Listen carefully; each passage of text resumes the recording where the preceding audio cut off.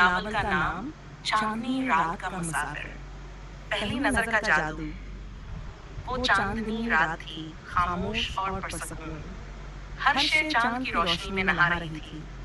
लाहौर की एक पुरानी हवेली की छत पर खड़ी जरी शाहिद खामोशी से आसमान को तक रही थी। वो अक्सर चांद को देखकर ख्वाब बनती थी, ऐसे ख्वाब जिनमें मोहब्बत होती, गुर्बत होती और कोई ऐसा हमसफर जो सिर्फ इसी का हो। अचानक नीचे सहन से आवाज आई, जरी नीचे आओ, मेहमान आए हैं। जरी ने अपनी सोचों को झटका और नीचे उतर गई। सहन में एक अजनबी खड़ा था, दराज कद, साफ रंगत और गहरी आंखें। इसकी नजरें जरी से मिले और वक्त जैसे थम सा गया। ये अली हैं, तुम्हारे फूफा के बेटे, लंदन से आए हैं। जरी कुछ बोल ना सकी, पर दिल की धड़कनें तेज हो चुकी थीं।